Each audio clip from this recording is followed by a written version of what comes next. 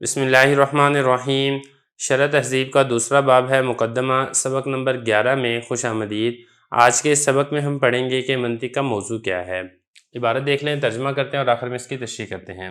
وموضوعه المعلوم التصوری والتصدیقی من حيث انه يوصل الى مطلوب تصوری فيسمى معرفا او تصدیقی فيسمى حجتا۔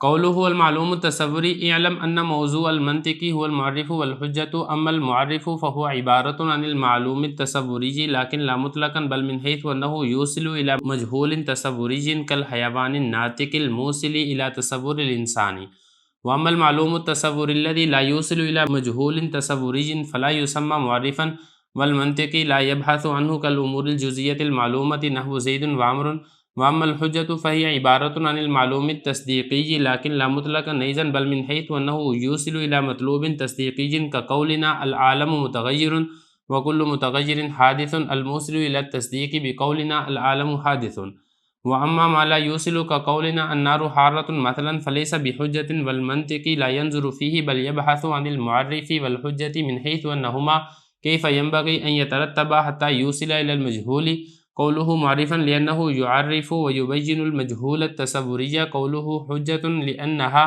تصير سببا للغلبة على الخصم، والحجة في اللغة الغلبة، فهذا من قبيل تسمية السبب باسم المسبب۔ ترجمہ دیکھ لیں، منطق کا موضوع معلوم تصورات اور معلوم تصدیقات ہیں اس حیثیت سے کہ وہ پہنچاتے ہیں مطلوب تصورات تک، نام رکھا جاتا ہے اس کا معرف، یا مطلوب تصدیقات تک اس کا نام رکھا جاتا ہے حجت۔ مصنف کا قول معلوم تصوری، آپ جان لیں کہ منطق کا موضوع وہ معرف اور حجت ہے۔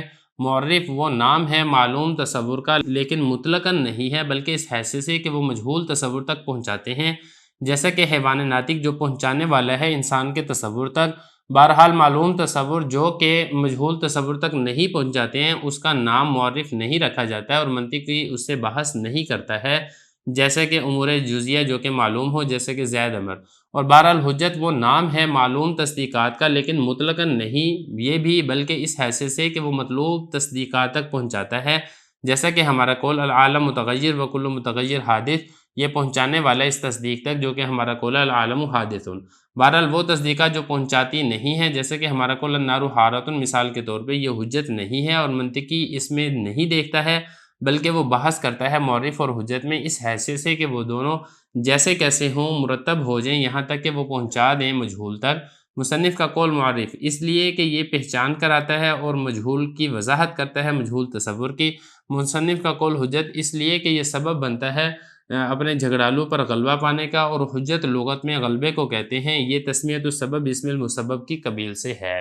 عبارت ہو چکی ہے، ترجمہ ہو چکا ہے، اب چلتے ہیں اس کی تشریح کی طرف۔ سب سے پہلے آپ تہذیب کی عبارت دیکھ لیں، پھر اس کے بعد شرح تہذیب کی طرف چلیں گے۔ جو علامہ تفتزانی ہے وہ فرما رہے ہیں کہ منطق کا موضوع معلوم تصوری یعنی معلوم تصورات، اور اسی طریقے سے معلوم تصدیقی یعنی معلوم تصدیقات ہیں، یہ منطق کا موضوع ہے، لیکن من کل الوجوہ نہیں ہے بلکہ اس حیثیت سے کہ مطلوب تصور یعنی وہ نامعلوم تصور جس کو معلوم کرنا مقصد ہوتا ہے، یہ معلوم تصور اس نامعلوم لیکن مطلوب تصور تک پہنچاتا ہے، تو اس کو کہا جاتا ہے معرف۔ معرف کا مطلب ہوتا ہے پہچان کروانے والا، تو چونکہ یہ معلوم تصور نامعلوم تصور کی پہچان کرواتا ہے اس لیے اس کو معرف کہتے ہیں۔ اور دوسرا کیا ہے، جو معلوم تصدیقات جو نامعلوم لیکن مطلوب تصدیقات تک پہنچاتی ہے، اس معلوم تصدیقات کو حجت کہا جاتا ہے۔ حجت کا مطلب ہوتا ہے دلیل۔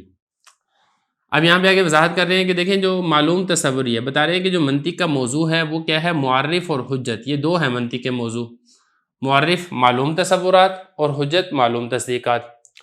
معرف کس کو کہتے ہیں؟ معرف کہتے ہیں کہ وہ نام ہے معلوم تصورات کا، لیکن مطلقاً نہیں بلکہ اس حیثیت سے کہ جو مجہول تصورات تک پہنچانے والا ہو، جیسا کہ حیوان ناطق۔ جب حیوان ناطق، اب یہ ایک معلوم تصور ہے، جب یہ تصور آپ کو معلوم ہو جائے گا تو اس سے آپ کو انسان کا تصور بھی حاصل ہو جائے گا۔ اگر آپ کو انسان کا تصور پہلے سے حاصل نہیں ہے تو ہم یہ کہیں گے کہ جو حیوان ناطق ہے یہ دو ایسے تصورات ہیں جو کہ نامعلوم تصور یعنی انسان تک پہنچانے والے ہیں، تو اس حیوان ناطق کو معرف کہا جائے گا۔ یہ بتا رہے ہیں جیسا کہ حیوان ناطق جو کہ تصور انسان تک پہنچانے والا ہے، بہرحال معلوم تصور اگر وہ مجہول تصور تک نہیں پہنچاتا ہے تو پھر اس کو معرف نہیں کہا جائے گا، کیونکہ معرف ہوتا ہی وہی ہے جو پہچان کروانے والا ہو، اور اگر آپ کو پہچان نہیں ہو رہی ہے تو پھر اس کو معرف نہیں کہیں گے، اور یہ منطق کا موضوع بھی نہیں ہوگا، منطقی اس سے بحث بھی نہیں کرے گا۔ مثال کے طور پہ زید ہے، زید، بکر، عمر، خالد۔ اب یہ تصورات ہیں، معلوم تصورات ہیں، لیکن یہ منطق کا موضوع نہیں ہے، کیونکہ اس سے کوئی نامعلوم تصور آپ کو معلوم نہیں ہوتا ہے۔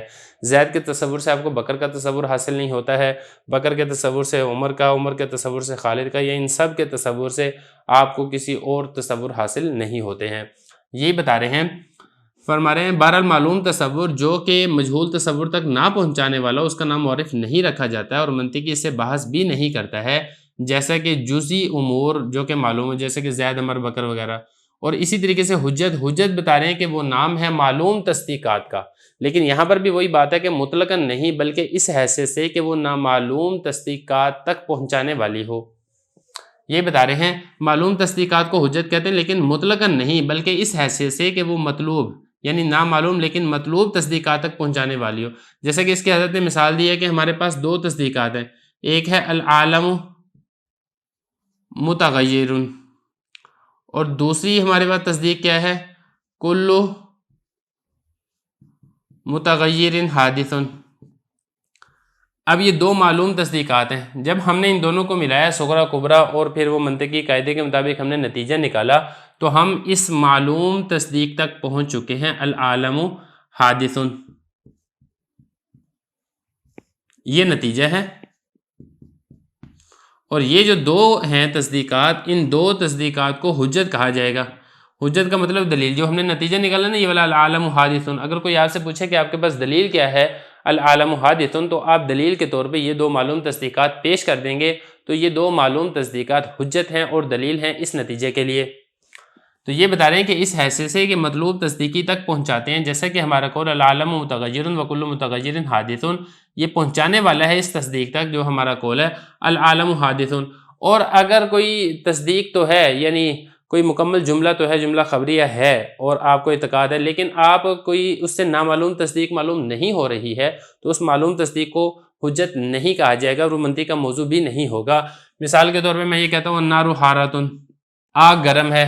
اب آگ گرم ہے تو پھر اس سے کیا ہے، اس سے ہمیں کون سا کوئی علم حاصل ہو رہا ہے، کون سی نام معلوم ہمیں تصدیق معلوم ہو رہی ہے، ایسا نہیں ہے۔ تو لہذا یہ والا جو جملہ ہے اگرچہ معلوم تصدیق ہے، لیکن یہ منطق کا موضوع نہیں ہوگا۔ یہ بتا رہے ہیں وَمَا مَا لَا يُوصِلُ، بہرحال ایسی تصدیق جو پہنچانے والی نہیں ہوتی ہے، جیسا کہ ہمارا قول النار حارۃ مثال کے طور پہ، یہ حجت نہیں ہوگا، اور منطقی اس کے اندر نظر نہیں کرے گا، بلکہ منطقی تو بحث کرتا ہے معرف میں اور حجت میں، اس حیثیت سے کہ یہ دونوں جیسے کیسے ہوں، جب وہ مرتب ہو جائیں تو یہ پہنچا دیتے ہیں مجہول تک۔ اور مصنف کا قول معرف، اب آگے معرف کی وضاحت کر رہے ہیں کہ معرف کو معرف کیوں کہتے ہیں۔ بتا رہے ہیں کہ معرف کو معرف اس لیے کہتے ہیں کیونکہ یہ یعرف، تعریف کرتا ہے، بتاتا ہے، یبین، بیان کرتا ہے۔ کس کو بیان کرتا ہے؟ مجہول تصور کو بیان کرتا ہے، اسی وجہ سے اس کو معرف کہتے ہیں۔ اور حجت کو حجت کیوں کہتے ہیں معلوم تصدیقات کو؟ اس لیے کہ یہ اپنے جھگڑالو پر، جو آپ کا فریق مخالف ہے، اس پر غلبہ پانے کا سبب بنتی ہے، تو اس وجہ سے اس کو حجت کہا جاتا ہے۔ اصل میں یہ جو حجت کا لفظ ہے یہ تسمیت السبب باسم المسبب کی قبیل سے ہے۔ دیکھیں جو حجت ہے اس کا لغوی معنی ہوتا ہے غلبہ، یہ حجت کا معنی ہے غلبہ۔ اب یہ جو معلوم تصدیقات ہیں، جیسے نا العالم متغیر وکل متغیر حادث، یہ اس غلبے کا سبب ہے۔ جب آپ کو معلوم تصدیقات پتہ ہوں گی تو پھر آپ اپنے فریق مخالف پر غلبہ پا لیں گے، اور آپ اس کو کنونس اور قائل کر لیں گے کہ دیکھیں یہ والا جو ہم نے نتیجہ نکالا ہے یہی نتیجہ درست ہے، کیونکہ ہمارے پاس اس کی دلیل موجود ہے۔ تو یہ سبب بنے گی غلبہ کا۔ اب غلبہ کیا بنے گا؟ غلبہ بنے گا مسبب۔ تو اصل میں تو جو حجت نام تھا وہ غلبے کا تھا، یعنی مسبب کا نام تھا، لیکن مسبب والا نام ہم نے سبب کو دے دیا معلوم تصدیقات کو، تو اس کو کہا جاتا ہے تسمیت السبب باسم المسبب، یعنی سبب کا ہم نے نام وہ رکھ دیا جو کہ مسبب کا نام ہے۔ یہ بتا رہے ہیں کہ جو حجت ہے لغت کے اندر غلبے کو کہتے ہیں، اور یہ تسمیت السبب باسم المسبب کی قبیل سے ہے۔ تو یہاں تک ہمارا جو دوسرا باب ہے مقدمہ یہ مکمل ہو چکا ہے۔ اب اس کے بعد انشاءاللہ تیسرا باب شروع کریں گے۔